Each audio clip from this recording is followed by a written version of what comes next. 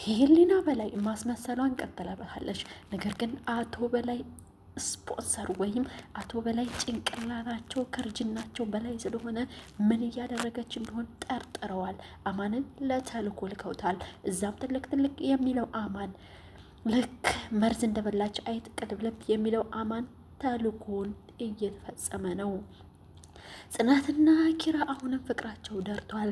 ነገር ግን በመሀላቸው የሚያቆሽሽባቸው ነገር እንዳይመጣ ብለን ስጋት ውስጥ ነን። ሊና አሁንም በጭንቀት ላይ ብትሆን፣ ነገር ግን ወደ ናቲ መመለስ ትፈልጋለች። ቤቲ ሴራዋ አልተሳካላትም። አሰላሙ አለይኩም ወራህመቱላሂ ወበረካቱ። ውድና የተከበራችሁ የቻናላችን ቤተሰቦች ሰላም ሰላም ብለናል። ሰላማችሁ ይብዛ እያልን ተወዳጁና በጣም ተከታታይ የሆኑ ጽናት ድራማ ቀጣይ ክፍል ይዘንላችሁ ቀርበናል። ጽናት ድራማ በጣም ልዝማት የቀጠለ ነው። በጣም ማራኪና በጣም እውነተኛ ታሪክ የሚመስል ለሰዎች አስተማሪ ስለሆነ ላይክ እና ሰብስክራይብ፣ ሼር፣ ኮሜንት እያደረጋችሁ ጀምሩት እንላለን። እንግዲህ በቀጣይ ክፍል የቆምላችሁና ቤቲ ጋር ነበር። እንግዲህ ወደ ቤቲ መለስ ብለን እስኪ ምን ተካሄደ ሳምንቱን የሚለውን አየት እናደርጋለን። ቤቲ አሁንም ማስመሰሏን ቀጥላበታለች። በመሆኑም ሄኖክን ያልሆነ ነገር አጠጥተው ነበረ።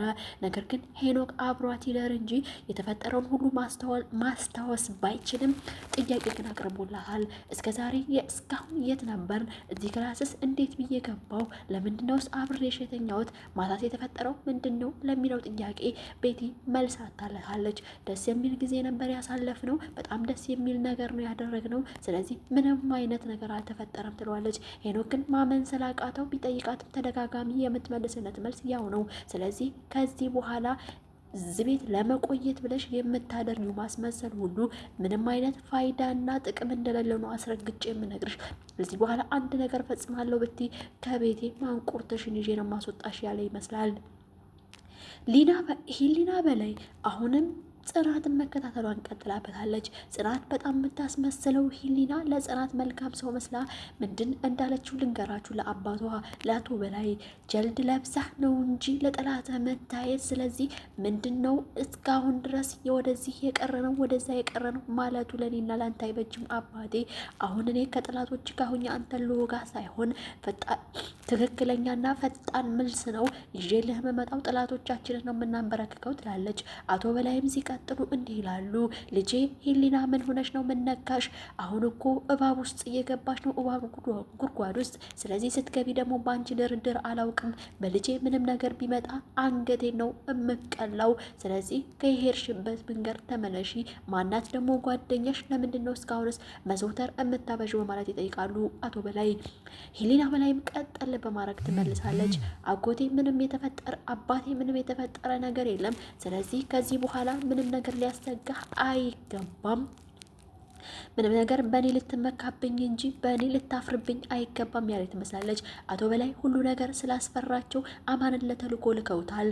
አማን ግን ፈርቷል። በጣም እንትን ብሏል። ከዚህ በፊት ሄሊና በላይ አማንን ልትወጋው ነበር፣ በሳት ማሰቃይተዋለች። ስለዚህ ይፈራታል። ተከታተል ብለው የላኩት አቶ በላይ ድፍረታቸውና ኮንፊደንሳቸው ከእድሜያቸው በላይ ነው። አማንንም በማስፈራራት ይጀምራሉ። አማን የፈራ ይመስላል። አንተም ቡቅቡቅ ምን ታረጋለህ? ሊጥ የምትጠጣ ወንድ ይመስል ጀግና ነው መሆን ያለብህ። አንድ ሴት ልጅ ጠብቅ ብለህ ይህን ያህል መርበትበቱ ምን ያመጣዋል? ወይስ ከየት የመጣ ነው? በማለት ይናገራሉ አቶ በላይ። ሂሊናም እንደምታስቸግር ስላወቀ አማን ደጋግሞ ይጠይቃል። አቶ በላይም ካስቸገረችህ ቀላል የሚባል እርምጃ ውሰድባት፣ ነገር ግን ጉዳት ማለት አይደለም፣ አትንቦቅቦቅ በማለት በማስጠንቀቂያ ይናገራሉ። አባ በእውቀቱ የቤቱ ድምቀት ናቸው። ያውም የኪራ ቤት ቁሰንበትበት ብለዋል። አባ በእውቀቱ የኪራ አጎት ናቸው። ጽናትን በምስሉ ላይ የምትመለከቷት አቶ አባበላይን ማለት ነው። አባበላይን አጥብቃ ትወዳቸዋለች። ስጠራቸው ማታ ራሱ አጎቴ ያለች ነው የምትጠራቸው። ያለውን ነገር ሁሉ ማስረዳት ባችልም፣ ነገር ግን በውስጧ የምትሰለሰለው ጽናት ስለ ሂሊና በላይ ማሰቧን ቀጥላበታለች። የተዋወቀቻት ሂሊና በላይ ብላ አይደለም፣ ስሟን በሌላ ስም ነው የተዋወቀቻት። ነገር ግን ጽናት እንደምትጎዳ ስላላወቀች፣ ጽናትም የሰራተኝነት ህይወትን ስላሳለፈችው መከራውን፣ ስቃዩን፣ ስሜቱን ስለምታውቀው ያላትን ነገር ግልጽ አልጋ አልተናገረችም። ነገር ግን ስሜቱን አውቀዋለሁ ብላ ለሂሊና በላይ ነግራት ነበረ። ሂሊናይም ቀን በቀን ማስመስሏንና ወጥመድ ውስጥ መክተቷን ጽናትን ቀጥላበታለች። በመሆኑም አሁን ሌላ ወጥመድ ውስጥ አስገባቻት። ወደ እሷ ቤት የምትገባበትን ቀዳዳ ቆፈረች። እንዲህ በማለት ትጀምራለች። ሄሊና በላይ የተጎዳችና የተቆሳቆለች ሰዎቹ ደግሞ እንደሚያሰቃዩት አስመስላ ነው የምትናገረው ለጽናት። ጽናትም በጣም ስለተሰማትና በጣም ስላዘነች ከዚህ በኋላ እንደዚህ ይሆንሽ መቆየት የለብሽም፣ ወደ እኛ ቤት መግባት አለብሽ። ስለዚህ ከዚህ በኋላ እርምጃውን ለመውሰድ እኔ ጀምራለሁኝ። ከዚህ ደግሞ የምጀምረው ከሊና እና ከሊና ማለት ምናሉሽ ደግሞ ያው ወሬ ስለምታባዛ ወሬ እንድታባዛ ላፈልገ ይመስለኛል። ከምናሉሽ እና ከአባ በውቀቱ ጀምራለሁ፣ ከዛ ወደ ባሌ ቀጥላለሁ ያለ ትመስላለች። ሁሉ ነገር ከተወያዩና ካወሩ በኋላ በሚቀጥለው ቀን ወደ እኔ ቤት ነው የምታመሪው ትላታለች ጽናትም ሄሊናም ደግሞ እኔ አልሄድም ትንና ትግደረደራለች። አውቃ ቤት ውስጥ እኮ መግባት ትፈልጋለች፣ ነገር ግን አውቃ መግደርደሩን ለማስመሰሏን ቀጥላበታለች። ኦኬ እሺ ነይ ቶሎ ነይ እንሂድ ያለ ትመስላለች። ጽናትም ደጋግማ ጓደኛዋን ልታገኛት እንደምትፈልግና በቅርቡ እንደተዋወቀቻት ችግር ውስጥ እንደሆነች ለሊና ደጋግማ ታወራታለች። አባ በውቀቱ ግን አያውቅም። ከቤት ለባብሳ ልትወጣ ነበረ ጽናት። ይህ ነው የምትሄጂው ልጄ በማለት ይጀምራሉ አባ በውቀቱ። አረ አጎቴ አንዲት ልጅ በቅርቡ ተዋውቂያታለሁ፣ መከራ ውስጥ ነው ያለችው፣ ሰው ቤት ብዙ ስቃይና መከራ ያደርሱባታል እና አሁንም ወደ እኔ ቤት እንድትመጣ ፈልጌ ነው ትላለች ጽናት። አባ በውቀቱና ሌላ ሂጂና አምጫት በማለት ይጀምራሉ። ነገር ግን ባሏን አላስፈቀደችው። ባሏ ኪራ ሄሊናም ስታስመስል ባልሽ ፈቅዶልሻል ወይ ትላለች። እዚህ ጋር ነበር ጽናት መንቃት የነበረባት። ባል መኖሯን በምን ሳወቀች? ባል እንዳላት አልነገረቻትም ሰው። ስለዚህ መንቃት ነበረባት ጽናት። ፈዛለች እዚህ ጋር ማለት ይቻላል ማለት ነው። ባልሽ ፈቅዶልሻል ወይ? ባልሽ ሳይፈቅድ ወደ አንቺ ቤት አላመራም ትላለች ሄሊና ስታስመስልና ወጥመዷን ስትጎነጉን። ጽናትም እኔ ባሌ ገራገር ነው፣ ምንም ነገር አይንም፣ እንደዚህ አይነት ምስኪን ሰዎችን ቤቱን ከፍቶ ነው የሚቀበለው፣ እንኳን ላንቺ ለሌላም ሰው ይሆናል በማለት ትመልሳለች። ጽናትም በባሏ ትመካበታለች፣ ትኮራበታለች።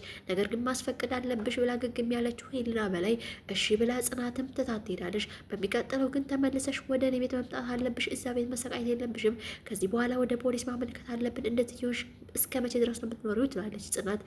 ሄሊና ቤተሰቦችን ይጎዳብኛል፣ እኔንም ይጎዱኛል፣ ስለዚህ ማመልከት የለብኝም ትላለች። ይሄን ተባብለው ቻው ተባብለው ሌላ ቀን እንደመገናኘት እንዳለባቸው ተለያዩ። ጽናትም ወደ ቤት አመራች። ነገር ግን መጀመሪያ ከመውጣቷ በፊት ላባወቁትና ለእኛ ስለነገረቻቸው ይችን ልጅ ከዚህ ከመከራ ብታውጫት ፈጣሪ ነው የሚረዳሽ ጽናት፣ ስለዚህ ይችን ልጅ አውጫት ከዚህ ከመከራ ውስጥ ብለዋት ነበር አባወቀቱም። ሄሊናም እንደዛ ነግራት ነበር። ነገር ግን ሸርና ተንኮል መሆኑን አላወቁም። እነሱም ሸርና ተንኮል መሆኑን ያላወቁት አባ በውቀቱና ሊና እንዲሁም ደግሞ ጽናት ይሄ ነገር ሊጋለጥ ይመስላል። ነገር ግን ጠብቅልኝ ያለው አባቷ አቶ በላይ አሁን አማን እየተከታተላት ነው። ከቤት እንዳትወጣ ምንም ማድረግ ስለማይችል መጀመሪያ ተከታተልልኝ ስለተባለ መከታተሉን ቀጠለበት። ተከታትሎም ደረሰባት። ጽናት ጋር መሆኗን አወቀ። ለአቶ በላይም ቶሎ ደውሎ ተናገረ። ጽናት ጋር እንደሆነችና ከኋላዋ አባቷን ልትወጋው እንዳሰበች ለአቶ በላይ ከተናገረ በኋላ አቶ በላይም ይሄን ነገር በጥብቅ መከታተልና በጥልቅ ማስተንሰን ስላለባቸው ልጃቸው ስትመጣ መጠየቃቸውን አልቀረም። ሄሊና በላይ ወደ ቤት ስታመራ አቶ በላይ ጥያቄዎቹን አቀረቡ። ልጄ ሄሊና የት ነበር የሄድሽው? እስኪ ልትነግሪ ትችያለሽ በማለት ተናገሩ። ሄሊናም እንዲህ በማለት መለሰች። አባቴ ከጓደኛዬ ጋር ነው ብዬሽ አልነበረም ወይ ትላለች። አዎ ከጓደኛዬ ጋር ነው ብለሽ ነበረ። ጓደኛሽም ጽናት ናት ወይ? ከኋላ የሆነሽ እኔን ልትወጊ ነው ወይ በማለት አባቷ ይናገራሉ። አባቴ እኔ አንተን መውጋት እቅድም የለኝም ፕሮግራም የለኝም። ጽናቶቻችንን ግን እባብ ጉድጓድ ውስጥ መክተት ትፈልጋለሁ ትላለች። አንተ አይደለህ እንዴ ያስተማርከኝ? አንድ ሰው የበግ ቆዳ ለብሶ መቅረብ ነው ያለበት ጥላቱን ያልከኝ ትላለች። አቶ በላይም ይሄ ነገር የሄድሽበት መንገድ አደጋ በጣም የከፋ ነው። ስለዚህ ሄሊና ቁሜ ልመለከትሽ አይገባም። ልጄ እኮ ነሽ። በአንቺ የመጣው ነገር እንደማልደራደር ታውቂያለሽ።